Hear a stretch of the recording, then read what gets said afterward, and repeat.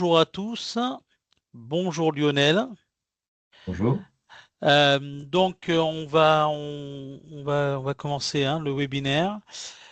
Donc le webinaire, ça va porter sur le RSDV, donc le Remote Source Data Verification. Et ce webinaire, il va avoir pour but de faire un cas pratique, Lionel. Tout à fait. Euh, donc du coup sur une plateforme remote monitoring qui est Distancia. Donc c'est un produit qui est fait par CleanFile, une société du groupe Multi-Health, et via un ICRF, pareil, donc l'ICRF, le RDC, qui est aussi un outil de la société CleanFile. Alors tout d'abord, Formatis, qui sommes-nous? Nous sommes un centre de formation qui fait partie du groupe Multi-Health. Donc Multi-Health qui est le premier groupe français indépendant réunissant des sociétés prestataires de services et aux expertises techniques et complémentaires. Donc on a 30 ans d'existence. Donc le groupe Formatis, on est là depuis 1993. Donc on s'occupe de faire des formations écoles, donc des formations métiers sur des formations comme attaché de recherche clinique, chef de projet clinique, infirmier de recherche clinique, chargé de vigilance, etc. Et des formations internes qui sont des formations compétences. Donc, ce sont des formations qui sont assez courtes et on va former sur différents domaines réglementaires, techniques, recherche clinique, etc. Euh, donc, du coup, aujourd'hui, ce qu'on va voir ensemble, dans le premier temps, on va voir un peu où on en est au niveau du RSDV, au niveau de la réglementation, ce qui se fait aujourd'hui en France. Et par la suite, Lionel fera donc du coup une démonstration. Donc, il y a une évolution de la réglementation sur le RSDV. Cette évolution de réglementation, elle est due, entre autres, à le post-Covid, puisqu'il y a eu la CNIL qui a émis des recommandations pour le contrôle qualité à distance, avec l'objectif principal dû à la crise de pouvoir assurer la protection des données personnelles, des pratiques à l'étude, tout en facilitant le contrôle à distance des données sources, puisque les ARC ne pouvaient plus se déplacer sur les centres pour des raisons sanitaires.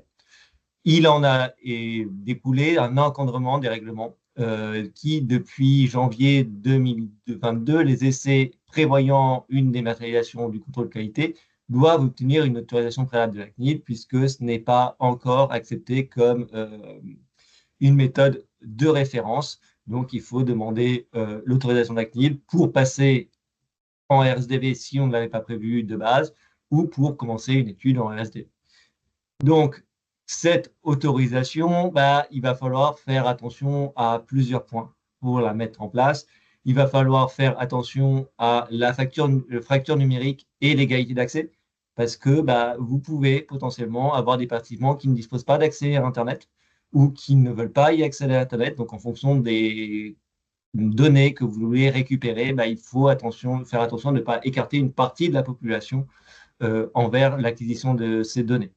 Il y a aussi une question qui est fondamentale de la cybersécurité, donc tout ce qui est transmission, stockage de données de santé à distance et augmenter le risque de cyberattaque. Donc des mesures techniques, organisationnelles doivent être pensées, elles doivent être le plus robustes possible et elles doivent permettre d'assurer la sécurité des données. Et aussi, ce qu'on a l'habitude de faire dans le monitoring, c'est la confidentialité des données. Donc, il faut que les informations collectées dans le cadre d'un essai sont particulièrement sensibles et il y a un impératif d'assurer la confidentialité des données. Donc, les modalités de la CNIL vont pouvoir passer, entre autres, par l'information électronique ou la e-information et potentiellement le e-consentement, c'est-à-dire l'usage d'outils numériques pour transmettre l'e-information. Donc, Eric vous a parlé de Distancia, ou de recueillir le consentement électronique. Mais le e-consent, pour l'instant, n'est pas prévu par la CNIL dans les méthodes de référence, comme je vous le disais précédemment. du coup, chaque étude doit faire une demande spécifique d'autorisation auprès de la CNIL et qui repose sur la justification éthique de cette démarche, la justification scientifique, la description des techniques détaillées et des outils utilisés, la démonstration des droits des participants est pleinement respectée, du coup surtout la protection des données, la possibilité de traçabilité des actions, donc qui se connecte à quoi, comment, et garantir le cadre de la transition du numérique dans l'essai, qui se fait dans le respect des droits de tout à chacun. Il en découle certaines demandes dans le cœur de la recherche NIC qui est le monitoring. Et donc, il va y avoir des demandes particulières sur l'attaché de recherche NIC, puisque c'est lui qui aura le plus accès à ces plateformes d'accès à distance, qui sont dues à une augmentation du secret professionnel. Donc, chaque arc est tenu au secret professionnel, comme tout professionnel de santé, et ça s'applique aussi à la vérification des données en dehors du centre d'investigation. Donc, dans le cadre d'une procédure de contrôle qualité à distance, il va falloir qu'il fasse attention à la confidentialité des données, alors avec une sécurité d'authentification assez forte, une traçabilité complète des connexions et de ce qu'il a réalisé lors de cette connexion, et une limitation d'accès aux seuls dossiers nécessaires à la direction de sa mission. Donc, c'est-à-dire que si on lui a alloué certains centres, il ne peut avoir accès qu'aux informations de ces centres alloués, pas à l'ensemble des centres de l'étude. L'engagement pour notre arc, ça va être un engagement de confidentialité des données consultées à distance et de garantir la sécurité de l'intégralité des données qui lui sont confiées et conformément à l'éthique réglementaire. Donc, pour aider ce remote, on a déjà des systèmes qui existent depuis très longtemps, qui sont des systèmes de contrôle automatisé, donc les queries automatiques qu'on a dans ce RF, mais elles ne sont pas suffisantes.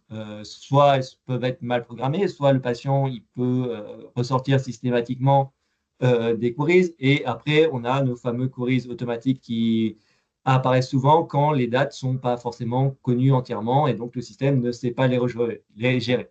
Donc, pour ça, il nous faut un contrôle humain est essentiel. Et donc, on permet la vérification de ces données par un œil humain pour pouvoir statuer sur beaucoup de ressorts de sécurité automatique. Donc, cette surveillance centralisée, c'est évaluation des données accumulées par les personnes qualifiées et formées. Elle peut compléter ou réduire la fréquence des surveillances sur site. C'est tout l'intérêt derrière ce système de RSDV, c'est pouvoir essayer de gérer un maximum de choses hors du site. Elle peut aider à identifier des problèmes sur site. Elle peut faciliter la sélection de sites ou du processus pour l'assurance des études ciblées sur les sites. À noter qu'on ne peut pas, à l'heure actuelle, imposer une méthode de RSDV à un site. S'il choisit de participer, il choisit de participer. S'il refuse, on ne peut pas le forcer à participer à une méthode de RSDV. Elle doit suivre le plan de surveillance du promoteur et des procédures de surveillance. Il en découle forcément des avantages. Moins de déplacements pour le moniteur. Une efficacité accrue parce que potentiellement, on a accès aux informations en temps réel, sans beaucoup de délai, et dès qu'il y a une nouvelle information, potentiellement, notre centre peut nous la transmettre. Il y a une flexibilité, possibilité d'intervenir rapidement sans attendre une visite sur site, et la sécurité des données, le système sécurisé assure la confidentialité des données patients. Par contre, ça implique des défis parce que c'est nouveau, donc quand c'est nouveau, il va falloir former les équipes, l'ensemble des acteurs impliqués, que ce soit des arcs moniteurs, des arcs investigateurs, notre promoteur, tout le monde doit être formé à ces nouveaux outils, à cette nouvelle façon de faire notre monitoring, et donc assurer la conformité réglementaire multicentrique, les exigences légales et réglementaires qui peut malheureusement varier d'un pays à l'autre parce que on n'a pas de référence CNIL. Il en va de même dans tous les pays. Donc, on n'a pas de point commun européen sur comment on accède à toutes ces données. Donc, il va falloir potentiellement s'adapter à chaque pays. Et il va y avoir aussi l'acceptabilité du numérique, des acteurs et une condition clé de réussite. Si notre centre ne peut pas fournir les documents d'information sur notre plateforme, ou si c'est trop compliqué à faire parce qu'il est déjà en papier, qu'il doit numériser et ainsi de suite, forcément, il va y avoir des réticences à l'utilisation de cette solution numérique par manque de familiarité, par manque de temps, par manque de moyens techniques. Donc tout ça, ça sera à voir et ce sera des freins sur lesquels il va falloir travailler. Donc, c'est les limites de cette technique. Donc, la capacité des centres à implémenter les informations sur notre plateforme. Le temps de chargement des documents qui, pour certains outils ou certains PC des hôpitaux, peut prendre du temps et donc peut ralentir tout ce qu'on doit développer dans notre recherche clinique et le temps que notre centre peut mettre en place pour réellement transférer et faire cette documentation de notre étude. Il en va de même du fait que le centre, il peut filtrer les documents. Déjà, il faut qu'il existe de façon numérique, il faut qu'il les implémente. Donc, potentiellement, les documents qu'on peut voir en visite sur site qui ne sont pas connus ou pas vus par le centre, ne seront pas vus ni mis sur notre plateforme. Donc, on reste toujours dans l'obligation de faire des visites sur centre pour valider certaines informations ou certains documents. Exactement. C'est que Lionel, comme tu as bien dit, là aujourd'hui, un essai full remote, c'est pas vraiment possible. Là aujourd'hui, le remote va être utilisé en complémentarité des visites sur site, en présentiel. Le remote se prévoit, pareil, comme les visites sur site. C'est quelque chose qui est prévu. Euh, Pourquoi? Parce que les données qui vont être mises par la personne qui a été déléguée dans cette plateforme, donc des données personnelles tirées du dossier médical, qui vont être numérisées et donc qui vont être accessibles sur cette plateforme, ne sont pas ad vitam aeternam. Donc, c'est-à-dire que lorsque la personne qui est déléguée va mettre, l'investigateur, la plupart du temps, va mettre à disposition au moniteur de ces documents, ces documents vont avoir une durée de vie. Grosso modo, à peu près 5 jours de durée de vie. Et si le monitoring n'a pas été effectué, donc là, oui, ces documents vont être directement supprimés. Pourquoi on les met pas, comment dire, on ne les laisse pas si longtemps que 5 jours? On a la possibilité de prolonger la durée de vie, grosso modo, de 5 jours de plus. C'est que en fait, ces données ne doivent pas rester longtemps sur cette plateforme et surtout, c'est pour accélérer le monitoring. Donc, ça a une réelle influence sur la rapidité du monitoring. Parce qu'une fois que les documents sont dans la plateforme, le moniteur qui va être en charge du centre va recevoir, donc du coup, sur son tableau de bord, ou sinon par mail, une notification qui va lui dire que les documents ont été mis dans son centre. Euh, donc voilà, une visite de remote se programme comme une visite sur site. Bon, on expliquera un peu plus dans le détail tout à l'heure. Tout à fait. Par l'exemple d'une plateforme et l'utilisation d'une plateforme comme ceci.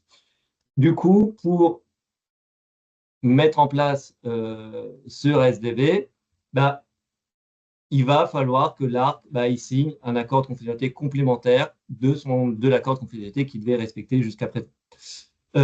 Il doit s'engager, entre autres, à pas faire d'effectuer d'impression d'écran ou de photos, consulter dans un endroit clos sans passage de tiers, c'est-à-dire que l'accès à ces plateformes RSDV ne doit pas être effectué dans le train, puisque dans le train, il y a tout à chacun qui vont voir et que les documents qui sont sur cette plateforme vont apparaître le nom ou les identifiants de patients. Notre centre n'a pas à les anonymiser pour les mettre sur la plateforme. C'est aussi une façon de gagner du temps et c'est le but de CRSDV. On travaille directement avec les documents sources. Donc, il doit s'engager à utiliser uniquement le matériel informatique maîtrisé et fourni par le promoteur, ou son employeur est autorisé par le promoteur, mais utiliser uniquement le matériel informatique suffisamment sécurisé. J'entends par là que potentiellement, il ne pourra y accéder que par son ordinateur portable et non par son téléphone portable, qui peut, en fonction des conditions de sécurité, être considéré par la CRO ou par le promoteur comme non sécurisé. Euh, Est-ce que tu as d'autres éléments à rajouter ou on passe à l'exemple? Alors, d'autres éléments, non. Donc là, je pense qu'on peut passer directement sur la plateforme, hein. D'accord. Donc, ce que je vais faire, c'est que je vais partager la partie administrative, admin, si tu permets, Lionel. Et après, je pense que tu passeras directement au cas pratique, hein, Mhm. avec l'ICRF versus Remote. Ok. Donc, je vais partager hop là, donc la plateforme. Donc là, on est sur la plateforme Remote. On a une partie admin. Donc cette partie admin, bien sûr que il va y avoir pas mal de choses à faire dessus. Donc la création de l'étude, les créations des centres et par la suite les créations des utilisateurs. Donc les utilisateurs vont être créés et on va leur administrer donc du coup un profil. Donc le profil, on peut en avoir plusieurs. Donc des profils d'attaché de recherche clinique moniteur, technicien d'études cliniques, dans le cas où on est bon, ça c'est sur autre chose, mais sur de la data entry, oui, donc du coup profil investigateur. Donc cette plateforme-là, bien sûr, elle est audit trailée. Donc on sait qui fait quoi, qui a déposé, qui a monitoré, qui a clôturé, etc. Et quand est-ce que les documents ont été supprimés. Donc je pense que Lionel, tu peux prendre la suite. Alors, attends. Je vais juste arrêter le partage. J'ai juste un petit problème. Euh, je vous ai ouvert un CRF ici, une étude tout à fait fictive, et ici, bah, le logiciel que vous a présenté Eric. Euh, donc, bah, on peut voir les différents patients remplis par le centre et voir dans notre centre qu'on a des documents, par exemple, que pour le premier patient. Donc, bah, on va ouvrir notre premier patient et bah, on a accès, comme dans un CRF classique, aux informations de notre premier patient, ce qui a été rempli par le centre. Donc, pour la visite 1, on va regarder plus en détail les EI parce que c'est en général là-dessus qu'on a plus de demandes de correction, plus de difficultés pour notre centre. Et donc, quand on clique sur notre patient, on peut accéder à tous les documents qu'on a du centre pour le patient. Donc, le centre est obligé de les classer par patient. Donc, on aura les informations de notre patient euh, qu'on aura. Il peut le classer, s'il veut, dans des dossiers. Donc, les mettre dans les dossiers identifiés auprès des deux dossiers pour l'arc moniteur ou le mettre en vrac directement à disposition. On peut constater qu'on voit des petites loupes violettes au-dessus des documents. Les petites loupes violettes indiquent que le document n'a pas été encore vu par là. Donc, votre app, à tout moment, sait s'il a revu des documents ou pas, ou s'il y a eu des nouveaux documents qui ont été implantés. À partir du moment où ils ont été vus, bah, forcément, la petite loupe va disparaître. Donc là, j'ai affiché un compte rendu. Donc, on peut tout à fait agrandir les comptes rendus ou non pour faciliter la lecture. Et donc là, on a toutes nos informations sur le compte rendu. Je dis que j'ai terminé le monitoring et du coup, bah, vous voyez, la petite loupe a disparu. Donc là, on voit que on parle d'une rage de dents. Donc, j'ouvre la visite 1 pour voir. Et donc, j'ai toutes les informations de mon centre sur la rage de dents. Et comme ce qu'on voit habituellement, il va nous manquer la gravité, la sévérité, le lien, les choses comme ça. Donc, je vais pouvoir dire que, soit en posant une query, soit en retournant par mail auprès de mon centre, bah, que oui, vous avez bien indiqué la rage de dents, je suis d'accord avec le début, mais je n'ai pas l'information de la sévérité, je n'ai pas l'information du lien.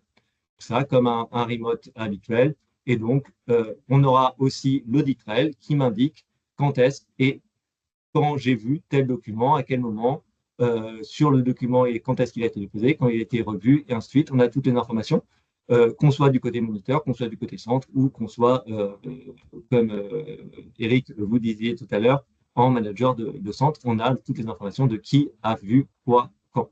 Et ça, c'est très important pour tout l'aspect de sécurité et de traçabilité de l'information. Peut-être d'autres points à rajouter. Non, c'est très bien. Tu as quasiment tout dit et très bien expliqué. Donc, comme a dit Lionel, une fois que ces documents ont été monitorés, donc bien sûr, il y a une action à faire dessus. Donc, l'ARC Monitor va faire une action où il va cliquer sur terminer le monitoring du document. Ce document va être par la suite automatiquement archivé. Donc, archivé puis supprimé. Donc le moniteur verra en fait en temps réel ce qui lui reste donc comme document à monitorer, hein, et ce qui est très intéressant.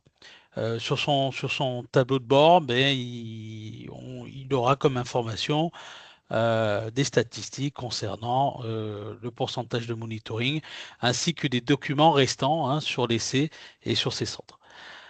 C'est vraiment un avantage parce que d'un point de vue budgétaire, c'est vrai que le remote est beaucoup plus intéressant, hein, donc euh, que le présentiel. Alors le présentiel, bien sûr, est important, hein, mais en visite intermédiaire, on peut utiliser le remote pour pouvoir monitorer certaines parties du CRF et avoir accès à certaines données.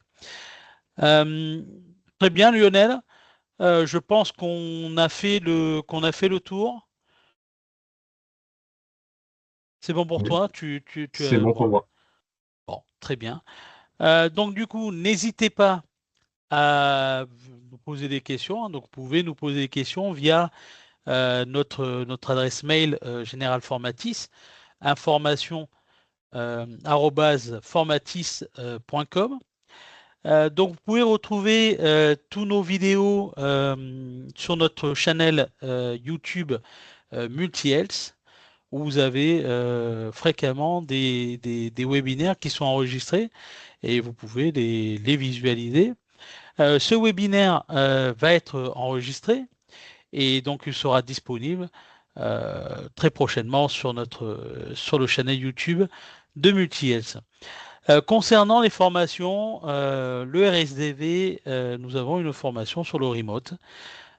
Donc vous pouvez le retrouver directement sur notre site internet, sur Formatis, www.formatis.com, où vous allez avoir différents types de formations, et celle-ci, vous l'aurez dans la section compétences. Donc n'hésitez pas à revenir vers nous si vous avez des questions et on vous y répondra. Très bien, Lionel, ben, je te remercie, hein, pour ce webinaire. Donc c'était bien expliqué et je pense que on voit vraiment l'avantage du remote, hein, aujourd'hui. Très bien, Lionel. Ben, je te souhaite une bonne journée Bonne journée à tous. et à bientôt. Au revoir.